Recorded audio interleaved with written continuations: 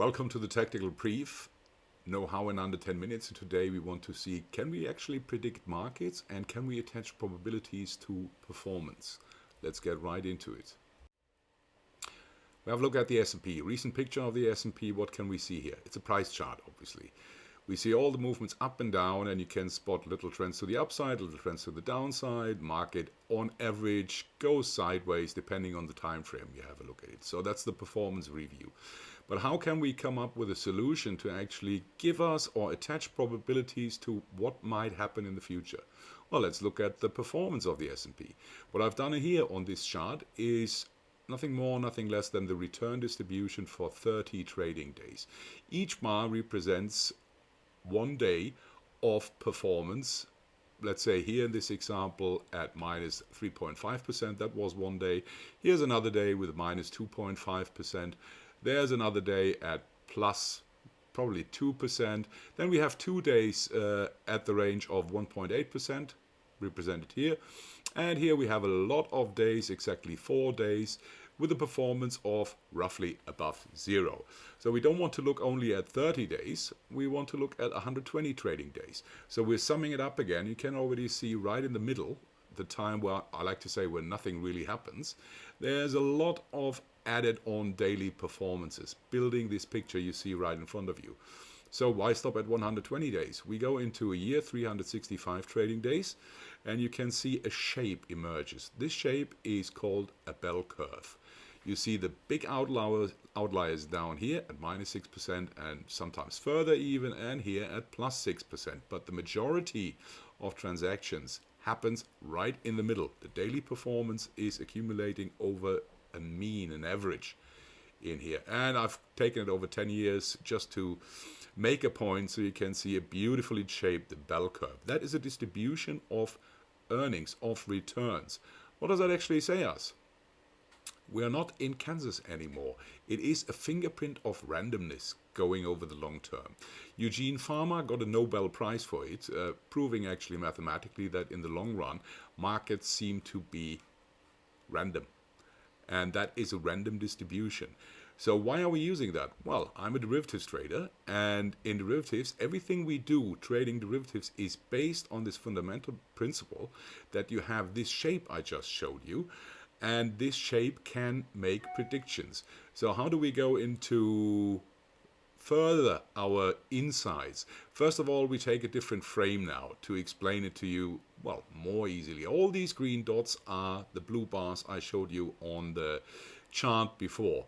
And if I simply build an average out of it, I add them all up and divide it by all the things I've added up, the number of them, I come out with an average, and you see that's slightly positive. Yes, we've seen the S&P is always going up on the long run. We're on average 7% a year if you go 100 years back. So that is represented by these slightly positive daily returns we have in here.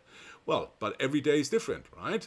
So I have 3 outliers marked for you. Obviously, we look into every outlier, and we would simply make a calculation and say, on average, these outliers, how far are they apart from the middle, from the mean, from the average return we have?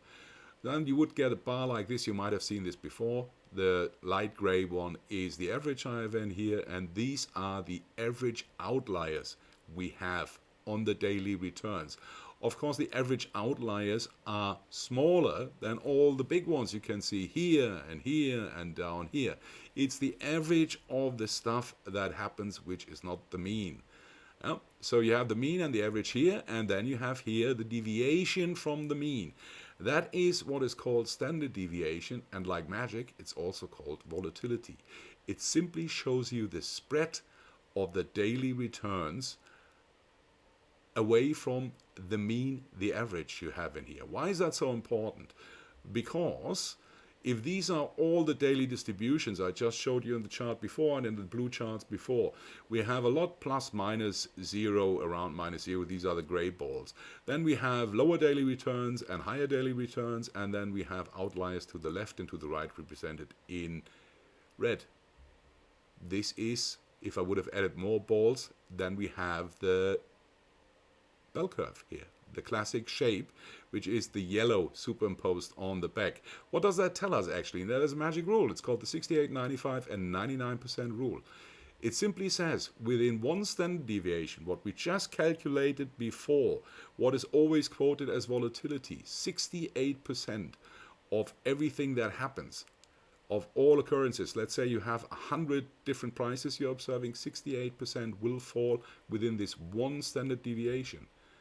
95% of everything that happens will fall into this two standard deviation, which is simply what we've calculated multiplied by 2. Yeah? The little gray bars, that was one standard deviation, and let's say the market has an average performance of 1% and it deviates by 2% to the upside and to the downside. That is one standard deviation. So if it would deviate from the market by 4%, that's 2 standard deviations, and if it would deviate from the mean by 3 standard deviations, that's plus 6 or minus 6% around the mean we have in this distribution. So we can already make a prediction, and then obviously 99% is, forgot that, the third standard deviation. So only 1%, 0.5% to the upside, 0.5% to the downside, are actually out of the prediction of the bell curve we have here. Yeah? These are then, beyond these are the toxic events. This is what produces huge returns or huge losses because people don't facilitate for it. How? I'm an equity options trader. I give up return for cutting off these tail events. That would go too far now, but I used to trade in the 3 standard deviation world because the bell curve is a model. It works quite nicely within these 3 standard deviations. What it doesn't do, it doesn't facilitate in its predictability for these outliers, for the toxic events to the upside or to the downside. That's why I cut off my risk with the instruments I have available at 3 standard deviations. And what you can see here, for everybody who knows a little bit about options, this is a straddle. If we have a price at 100, I would buy a 100 call and a 100 put, and the price for this thing actually represents the price I would have to pay for something which is covering the 1 standard deviation, the 68% corridor we have right here in the middle. And if I know that it is very unlikely that the market is making a move to this side, I already know, okay, the probability that we out of here, 95% we are in this corridor, we have 5% split up, so it can be only 2.5% to the upside and 2.5% to the downside.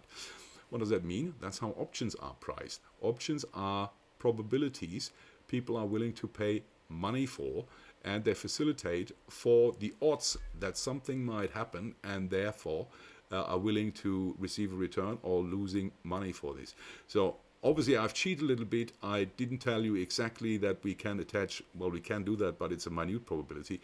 A probability that the market will end up 500 points deeper or lower on the dot, but we can say that the probability that it will not go above or below a certain level can be calculated, and it can be calculated over all time frames in minute details.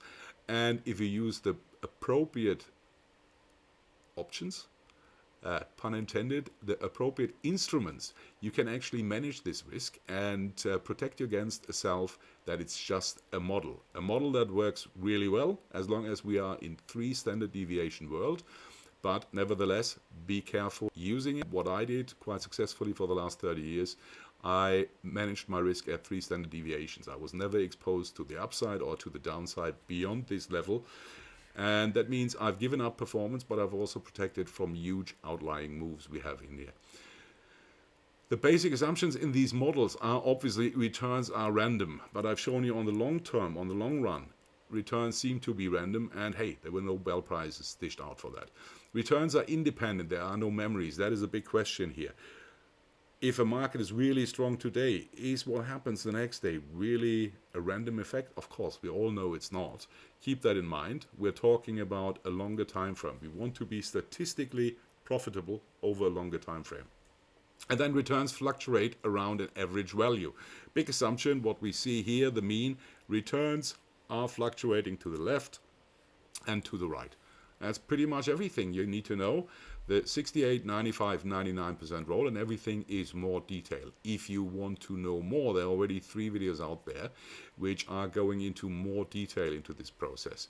The first one is probability, probably profitable, how volatility shapes markets. Webinar I gave for Macrohive, my friends there who are in the professional market for professional investors, and also like easy, simple explanations, but with a little bit of wider scope to explain this in more detail than you can do in 10 minutes. Then if you are not interested in too much math and just want to know how an option trader works, what I just told you about risk, how I managed it, what is important, interesting about this market, hear a little bit about what delta, gamma, theta, vega is. Watch this interview Bilal, the CEO of Macrohive, had with me a while ago. And if you want to listen to it in German, auf Deutsch, it's the same I have here in English, but that was a guest lecture I gave for a friend of mine, and I took my time in this one because I wasn't pressed for time, and I have far more detail in German in there.